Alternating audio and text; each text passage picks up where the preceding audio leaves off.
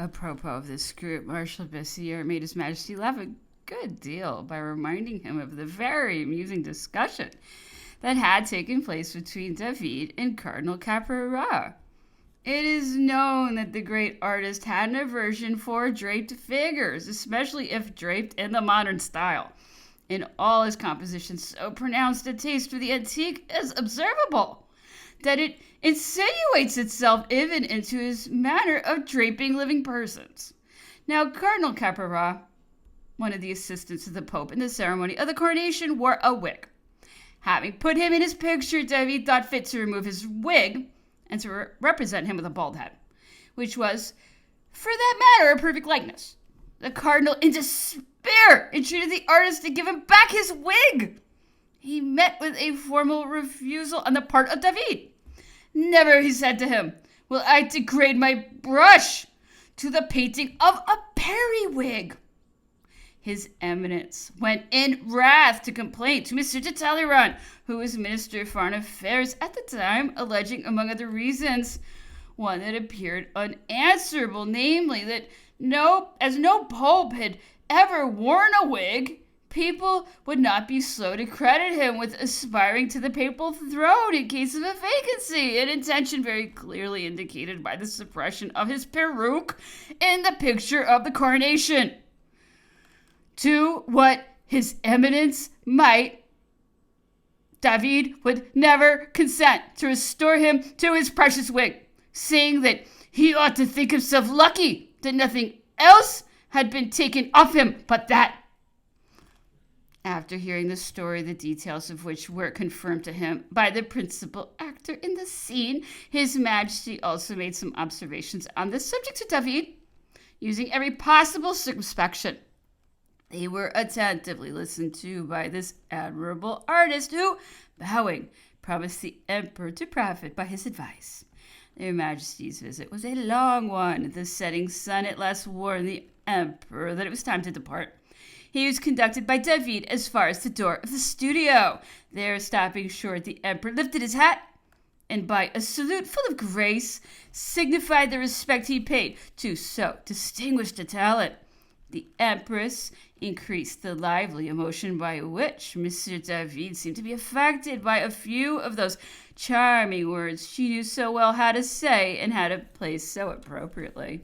Opposite the picture of the coronation was exposed that of the Sabines. The emperor, who had noticed Monsieur David's anxiety to get rid of it, gave orders to Monsieur Lebrun as he was going away to see whether this picture could not be suitably hung in the grand cabinet of the Tuileries. But he soon changed his mind when he reflected that the greater part of the figures were represented in natural office, which would have been unfitting enough in a cabinet devoted to great diplomatic receptions and in which the ministerial council usually assembled. Chapter 20. At the end of January, Mademoiselle de Tascher, a niece of Her Majesty the Empress, espoused the Duke d'Arenberg. On this occasion, the Emperor raised Mademoiselle de Tascher to the dignity of princess, and both himself and the Empress honored by their presence the nuptial festivities which took place in the hotel of Her Majesty the Queen of Holland in the Rue de Cerruti. They were superbly and in every way worthy of their august guests. The Empress did not retire immediately after the dinner, but opened the ball with the Duke d'Arenberg. Some days later, the Prince of Hohenzollern married the niece of the Grand Duke of Berg, Mademoiselle Antoinette Murat. His Majesty did for her what he had done for Mademoiselle de Tascher, and was present also with the Empress at a ball given by the Grand Duke of Berg on the occasion of this marriage, the honors of which were done by the Princess Caroline. This was a noticeable winter in Paris by reason of the great number of entertainments and balls that were given. I have said already that the Emperor had a sort of aversion for balls, and especially for masked balls, which he thought the most ridiculous things in the world. On this point, he was nearly always at war with the Empress. One day, however, he yielded to the urgent solicitations of Monsieur de Mariscaldi, the Italian ambassador, who was renowned for his magnificent balls, at which the most distinguished persons in the state were present. These brilliant reunions took place in a hall which the ambassador had built expressly for this purpose and decorated with extraordinary richness and profusion. His Majesty consented to honor by his presence a masked ball to be given by the ambassador, which was to outshine all the others. In the morning, the emperor called me and said, "Constant, I have concluded to dance this evening at the Italian ambassador's. During the day, I want you to take 10 complete costumes to the apartment he has prepared for me." I obeyed, and in the evening I went with His Majesty to Monsieur de Mariscaldi's. I dressed him as well as I could in a black domino and tried to make him entirely unrecognizable. Everything went well enough in spite of many observations made by the emperor concerning the absurdity of a disguise, the bad shape given by a domino, etc. But when it came to changing his shoes, he refused absolutely, notwithstanding all I could say. Hence he was recognized as soon as he entered the ball.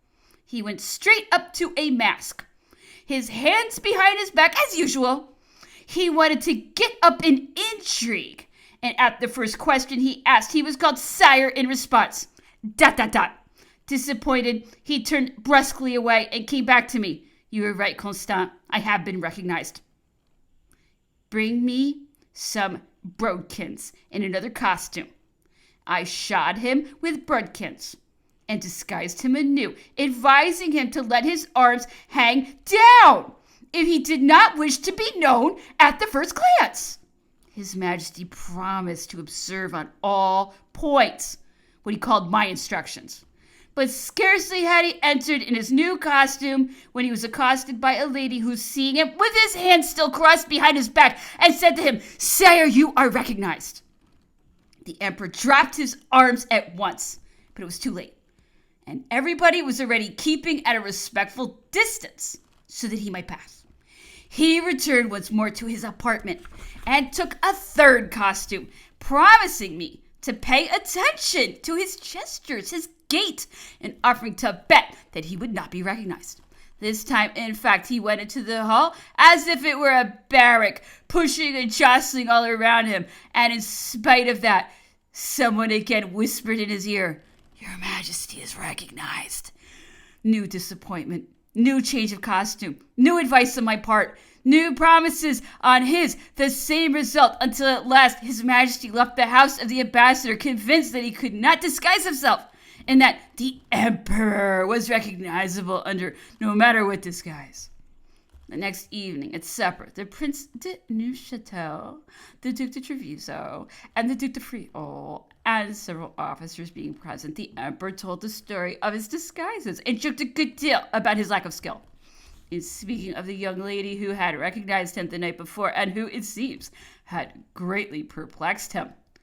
"Would you believe, gentlemen," said he, "that I never could recognize that hussy? It was the carnival time. The Empress expressed her wish to be present once at the mass ball at the opera. She begged the emperor to take her, but he refused in spite of all the tender and persuasive things she could say. It is known with what grace she could surround an entreaty, but all was in vain. The emperor said distinctly that he would not go. 'Very well, I will go without you.' 'As you please.' And the emperor went away. That evening, at the appointed hour, the empress started for the ball. The emperor, who wished to surprise her, sent for one of her women and asked for an exact description of the costume of the empress. Then he told me to dress him in a domino, and getting into a carriage bearing no escutcheon, along with the grand marshal of the palace, a superior officer, and me, he set off for the opera. On reaching the private entrance for the members of the emperor's household, we experienced many difficulties on the part of the doorkeeper, who would not let us pass without making me state my name and condition. 'Are these gentlemen with you?' You see perfectly well that they are. Pardon, Monsieur Constant. It is because you see, on days like this, there are always persons who try to get in without paying. That's good, said the Emperor, laughed heartily at the remarks of the old woman. At last we went in. Having entered the ballroom, we promenaded in couples, I giving my arm to the Emperor, who, while thee and thouing me, recommended me to do the same to him. We had given ourselves fictitious names. The Emperor was called Auguste, the Duc de Friaul, Francois, the superior officer, whose name escapes me, Charles, and I, Joseph. Whenever His Majesty perceived a domino like that described by the chambermaid of the Empress, he would press my arm and say, "Is it she?" "No, no, Auguste," I would invariably reply, checking myself, for it was impossible for me to grow used to addressing the Emperor otherwise than as Sire or Your Majesty. As I have already said, he had very expressly recommended me to thee and thou him, but he had to remind me of it every moment, for respect tied my tongue every time I was about to say thou. At last, after turning in every direction, visiting every nook and corner of the ball, the lobby, the boxes, etc., examining all, picking each costume to pieces, His Majesty, no more able to find the Empress than we were, began to be very uneasy, though I contrived to quiet him by saying that Her Majesty the Empress had doubtless gone to change her costume. Just as I was speaking, a domino came up and attached herself to the Emperor, talking, teasing, and tormenting him in every way, and with such vivacity that Auguste scarcely knew what he was about. I should never be able to give a just idea of the laughable character of His Majesty's embarrassment. The domino, who noticed it, redoubled her freaks and epigrams until, thinking it was time to have done with them, she vanished into the crowd. The Emperor was stung to the quick. He would have no more of it, and we went home. Next morning, on seeing the Empress, he said, "Well, so you were not at the opera ball last night?" "Yes, really, I was there." Come, I assure you that I went there. And you, my dear, what were you doing all evening?" "I was working." "Oh, that is singular. I saw at the ball a domino with the same foot and hand as you. I took him for you and talked to him in consequence." The Emperor shouted with laughter on learning that he had been taken for a dupe, and that the Empress, at the moment of starting for the ball, had changed her costume because she did not think the first one sufficiently elegant. The carnival was extremely brilliant that year. There were all sorts of masquerades at Paris. The funniest were those in which game was made of the system then taught by the famous Dr. Gall. I saw passing the Place du Carrousel a troupe composed of mummers, harlequins, fishwomen, etc., all feeling their heads and performing 1,000 monkey tricks. A merry Andrew carried a number of pasteboard skulls of different sizes and colors, blue, red, green, with these inscriptions: skull of a robber, skull of an assassin, skull of a bankrupt, etc. A mask representing Dr. Gall was mounted on a donkey with his head towards the animal's tail, and received winged heads crowned with quitch grass from the hands of a stork mother who followed him, also seated on a donkey. Her Imperial Highness the Prince Caroline gave a masked ball at which the Emperor and Empress were present. It was one of the most beautiful fêtes that was ever seen. The opera of The Vestal was new at the time and very much in vogue. It gave the notion of a quadrilla of priests and vestals, who made their entry to the sound of delightful music from flutes and harps.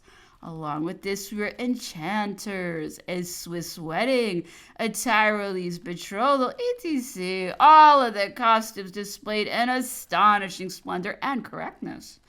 And the apartments of the palace was a magazine of costumes, so that the dancers could change their dress 4 or 5 times during the night, and thus renew the appearance of the ball as many times.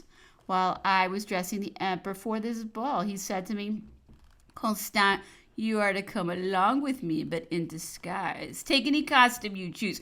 Arrange yourself so as not to be recognized, and I will give you your instructions."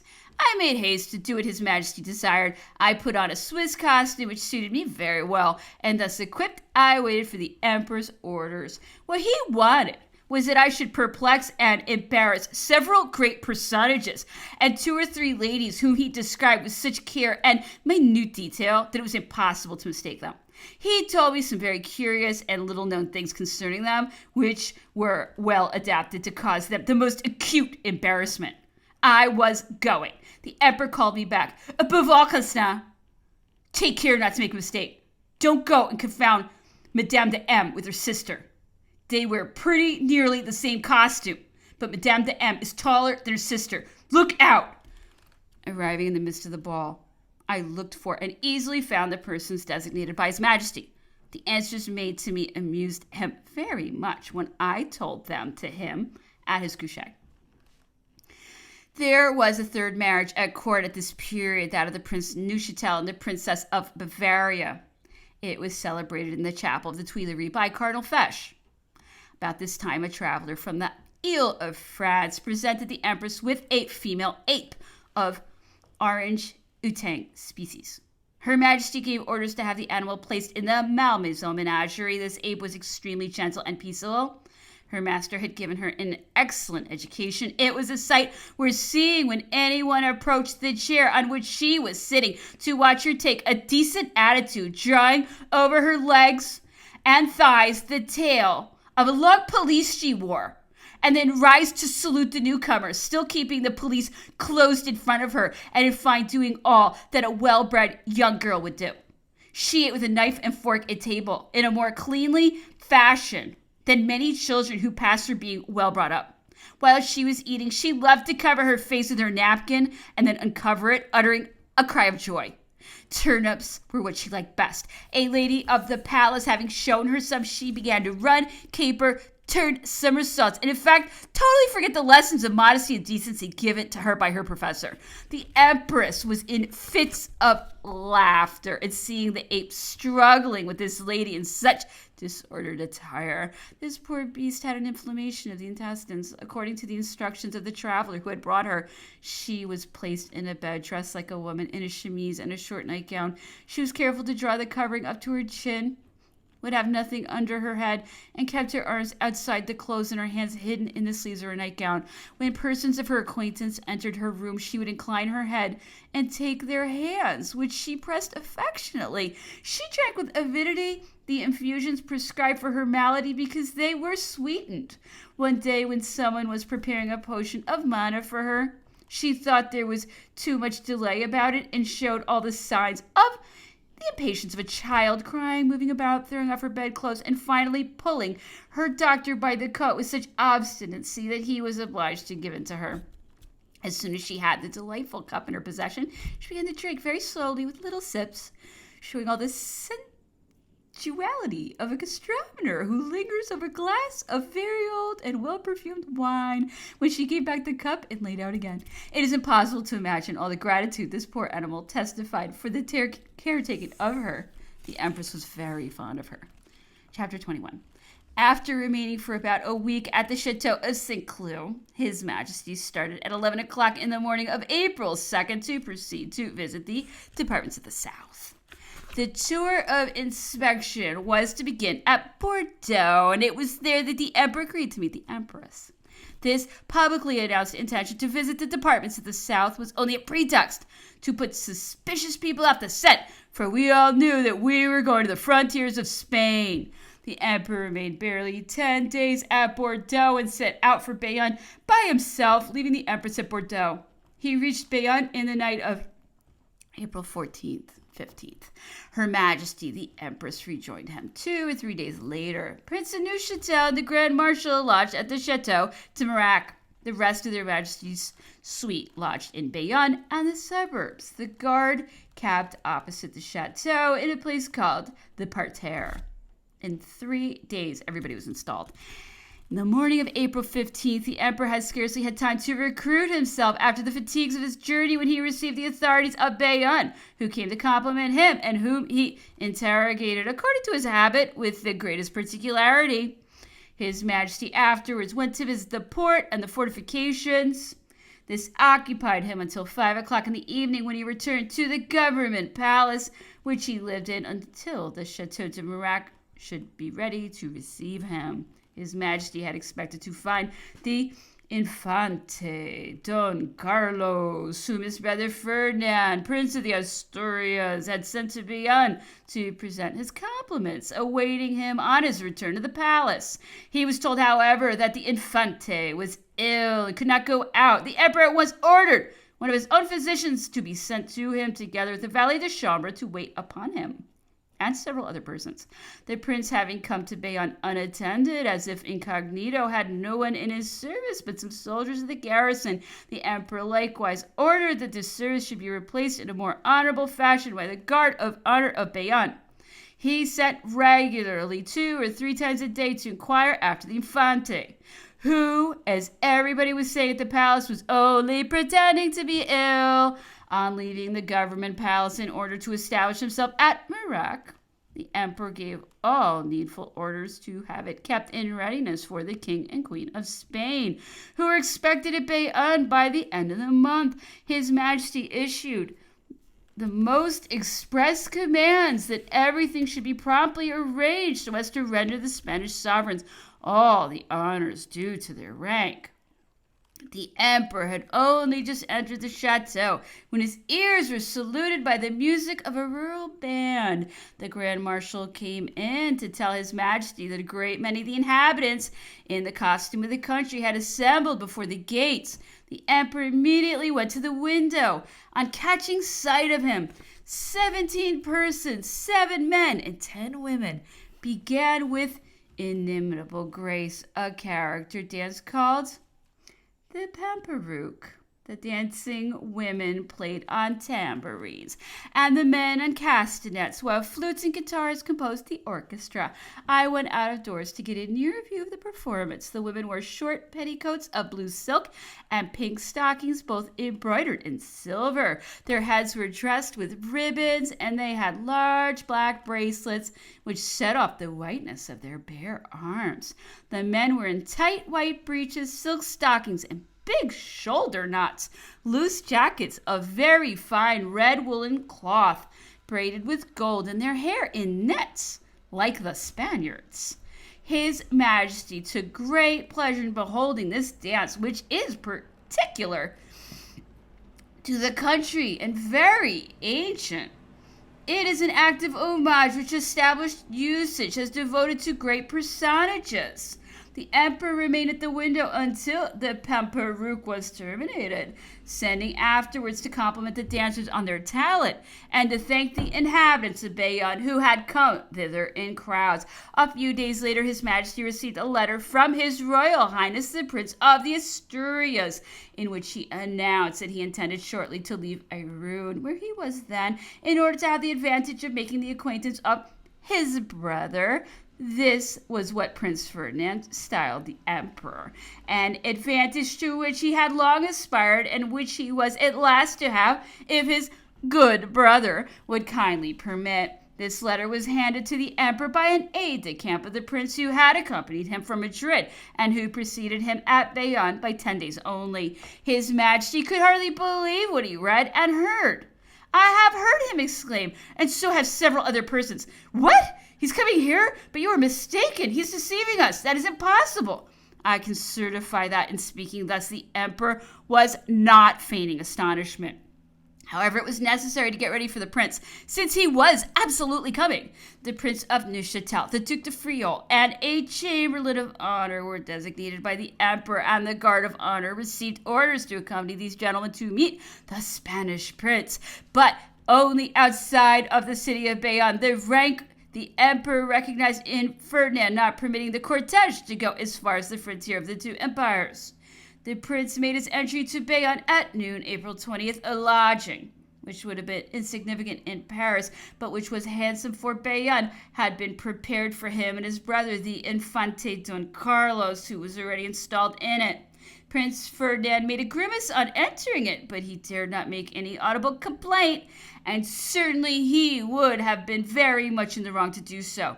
It was not the fault of the emperor that there was but one palace at Bayonne, that of the government, which he had lived in himself, and which he was now keeping for the king. For the rest, this house was the finest in the city, large and quite new. Don Pedro de Ceballos, who accompanied the prince, said it horrible and unworthy of a royal personage.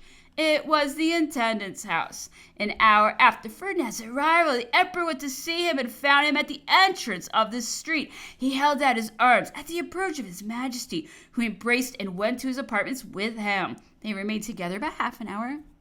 When they separated, the prince seemed rather thoughtful. On returning to Mirac, his majesty sent the grand marshal to invite the prince and his brother Don Carlos, the Duke de San Carlos, the Duke de Lanfitado, Don Pedro de Ceballos, and 2 or 3 other members of the suite to dinner with him. At dinner time, the emperor's carriages brought the illustrious guests. His majesty went as far as the foot of the front steps to receive the prince. This was the limit of the honors paid him.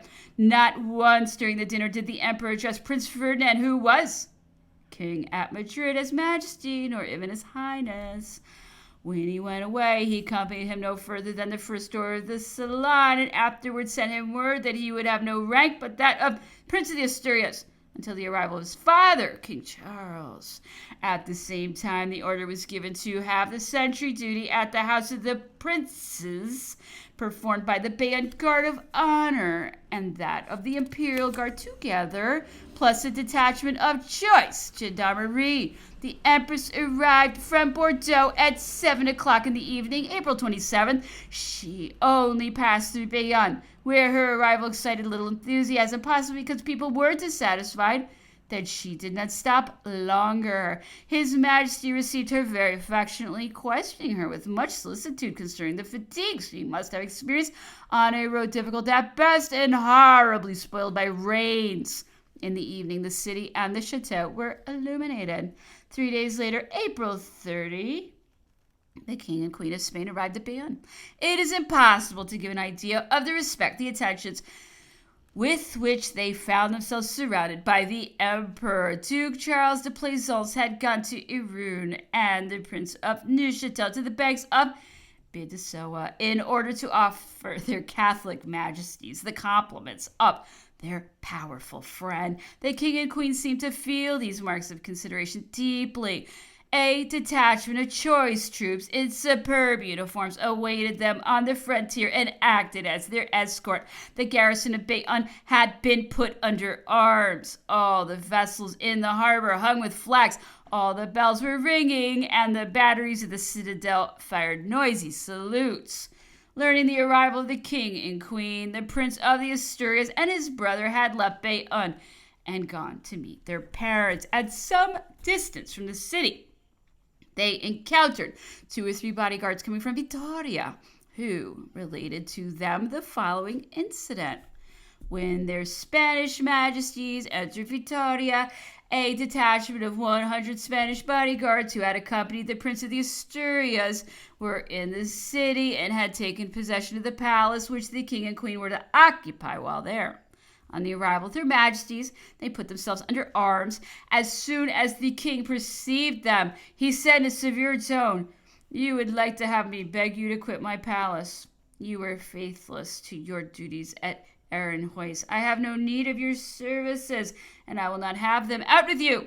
These words, spoken with an energy to which they were not accustomed on the part of King Charles IV, admitted of no reply.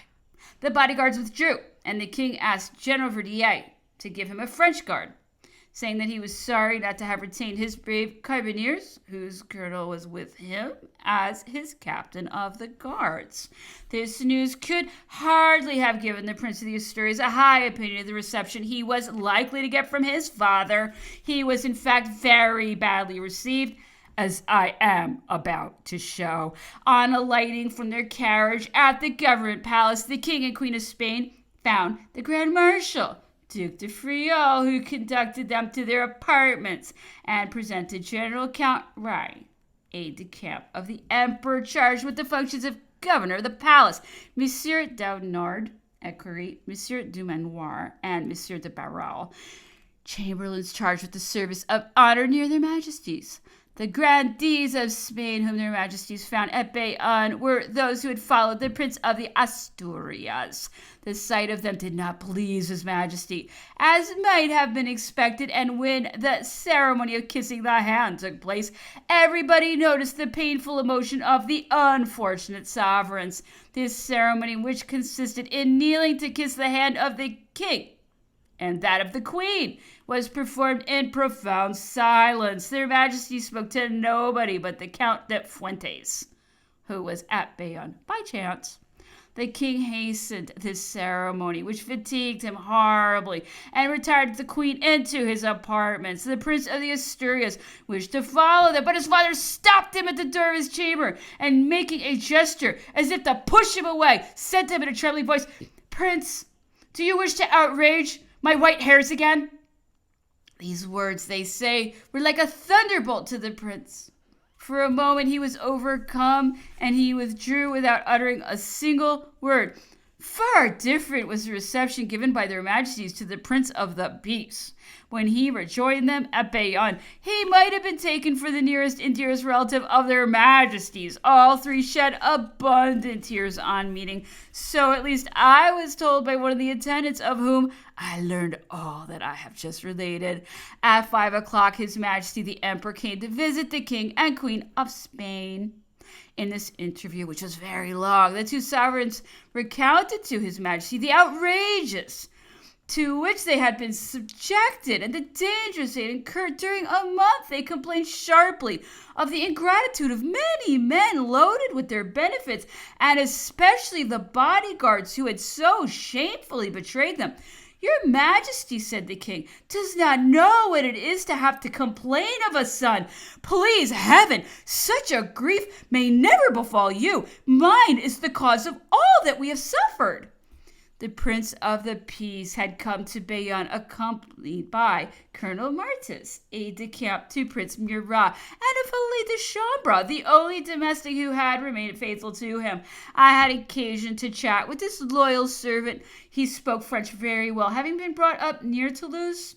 He told me he had not been able to obtain permission to remain with his master during his captivity, that this unhappy prince had suffered unimaginable torments, that never a day went by without someone coming to his dungeon to tell him to prepare for death, because he would undergo the last penalty that very evening or the following morning. He told me that they sometimes left the prisoner 30 hours without nourishment, that he had nothing for his bed but straw, no linen, no books, no light, and no communication with the outside world. When he issued from his dungeon to be handed over to the Colonel Martis, he was frightful to look at on account of his long beard and the lankness to which he had been reduced by chagrin and bad food. His eyes had grown unaccustomed to sunlight. He was obliged to close them, and the fresh air made him faint.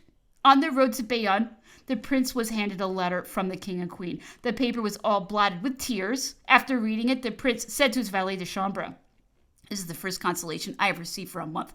Everybody abandons me except my excellent masters. The bodyguards who have betrayed and sold their king will betray and sell his son also. As for myself, I no longer hope for anything.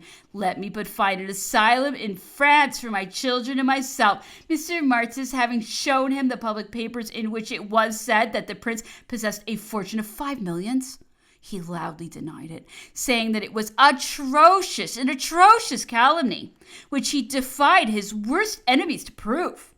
As has been shown, their majesties did not have a numerous suite. On the other hand, they were followed by a quantity of baggage wagons filled with furniture, stuffs, and precious objects. Their carriages were old-fashioned, but their majesties were very comfortable in them, especially the king, who was even very much embarrassed when, being invited to dinner by the emperor the day after his arrival at Bayonne, he was obliged to get into a modern vehicle with double footboards. He was afraid to step on these frail machines, which he dreaded to break by leaning his weight on them, and the oscillatory movement of the box made him tremble lest it should upset. At table, I had an opportunity to examine the king and queen at my ease. The former was of medium height. He was not handsome, but he looked good-natured. He had a long nose and was loud and curt in speech. He walked in a slouching fashion and without the least majesty, which I attributed to his gout. He ate a great deal of everything that was served him, excepting vegetables, which he always refused, saying that herbs were only good for beasts. He drank nothing but water. It was served in 2 carafes, one of which was iced. He took them both together. His Majesty had advised that care should be taken with the dinner, knowing that the king was something of an epicure. He did honor to French cooking, which seemed to be much to his taste, for at each new dish served him, he would say to the queen, "Louise, eat some of that. It is good," which greatly amused the emperor, whose moderation is well known. The queen was short and stout, dressed very badly, and had neither grace nor figure. Her face was red, her glance hard and haughty. She held her head up, talked very loud, and in a tone still more brief and cutting than that of her husband. She was generally believed to have more character and abilities than he. Before dinner that day, there was a question of dressing a little. The empress proposed to the queen that her hairdresser, Monsieur Dupin, should give her ladies some lessons in French toilette. This proposition was accepted, and the queen soon issued from the hands of Monsieur Dupin, better gowned, doubtless, and better hairdressed, but not beautiful. His talent could not go so far as that. The Prince of the Asturias, now King Ferdinand VII, had few exterior graces. He walked heavily, seemed anxious, and scarcely spoke. Their Spanish majesties had brought with them the Prince of the Peace, whom the emperor had not invited, and whom the usher on duty detained outside the dining room on that account. But just as they were about sitting down, the king observed that the prince was absent. "And Manuel?" said he briskly to the emperor. "And Manuel, sire?" Then the emperor smiling made a sign, and Don Manuel Godoy was introduced. It is said he had been a very handsome man. He hardly looked it. Perhaps this was because of the bad treatment he had received. After the abdication of the princes, the king and queen, the queen of Etruria, and the infante Don Francisco left Bayonne for Fontainebleau, the place designated by the emperor as their residence, until the chateau of Compiègne should be put into suitable condition for them. The Prince of the Asturias left the same day with his brother Don Carlos for the estate of Valencay, belonging to the Prince of Benevento. In passing through Bordeaux, they published a proclamation to the Spanish people in which they confirmed the transmission of all their rights to Emperor Napoleon. King Charles, thus disembarrassed of a throne which he had always regarded as a burden too heavy for him, could thenceforward yield himself without constraint to his favorite and tranquil tastes. He loved nothing in the world but the Prince of the Peace. Copes, watches, and music. The throne he did not care for. After what had passed, the Prince of the Peace could not return to Spain. And how could the king consent to be parted from him, even if the memory of the outrages to which he had personally been subjected were not enough to disgust him with his kingdom? What he wanted was the life of a private person. Hence he found himself much happier when he was at liberty to follow his own simple inclinations. On his arrival at Fontainebleau, he found there Monsieur de Remusat, first chamberlain, Monsieur de Caqueret, officer of the chase, Monsieur de Lucé, prefect of the palace, and an establishment all in readiness. Mesdames de la Rochefoucauld, du Châtel, and de Lucé had been designated by the emperor to perform the service of honor to the queen. The king of Spain only stayed at Fontainebleau so long as was necessary to complete the repairs at Compiègne. He soon found the climate of that part of France too cold for his health, and at the end of a few months he went to establish himself at Marseille with the Queen of Etruria. In 1811 he left France for Italy, finding himself still and well in Marseille. Rome was the residence he selected. I just now mentioned the King of Spain's fondness for watchmaking. I have been told that at Fontainebleau he made his valet de chambre wear half a dozen of his watches, and that he carried as many himself, alleging as a reason that pocket watches lose by not being carried. I have been told also that he always had his confessor close by him in the antechamber or else in the salon leading into that in which he found himself, and that when he wished to speak to him, he whistled for him as one whistles to a dog. The confessor never failed to hurry in at this royal summons and to follow his penitent into the embrasure of a window. In this improvised confessional, the king would say what he had on his conscience, receive absolution, and then send away the priest until he felt obliged to whistle for him again. When the health of the monarch, enfeebled by age and gout, no longer permitted him to follow the chase, he began to play the violin more than he had ever done before, in order, said he, to perfect himself. This was beginning rather late. It is known that he had the celebrated Alexander Boucher for his first violin. He greatly liked to play with him, but he had a mania for beginning first without disturbing himself in the least about the time. If it occurred to Monsieur Boucher to make any remark upon this subject, His Majesty would reply with great coolness, "Monsieur, it seems to me I was not made to wait for you." Between the departure of the royal family and the arrival of King Joseph of Naples, the time was spent in reviews and military fests, which the emperor frequently honored by his presence. June 7th, King Joseph reached Bayonne. It had long been known that his brother was summoning him to exchange his crown of Naples for that of Spain. On the very evening of King Joseph's arrival, the emperor sent invitations to the members of the Spanish junta, who for the last fortnight had been coming to Bayonne from all quarters of the kingdom to assemble at the Château de Mirac for the purpose of congratulating the new king. The deputies accepted this somewhat abrupt invitation without having had time to consult together as to what must be done. On arriving at Mirac, the emperor presented the sovereign to them, whom they recognized in the name of the Grandees of Spain. After a rather lively opposition from the Duke de l'Infantado, slowly. As to the deputation from the Council of Castile, the Inquisition, the army, etc., they submitted without the slightest observation. A few days afterwards, the king formed his ministry, among whom people were amazed to see Monsieur de Ceballos figuring, him who had accompanied the Prince of the Asturias to Bayonne, and made such a parade of inviolable attachment to the person of him whom he styled his unfortunate master, the same Duke de l'Infantado, who had opposed as far as he was able the recognition of the foreign monarchs, was appointed captain of the guards. The king then departed for Madrid, after having appointed the Grand Duke of Berg lieutenant general of the realm.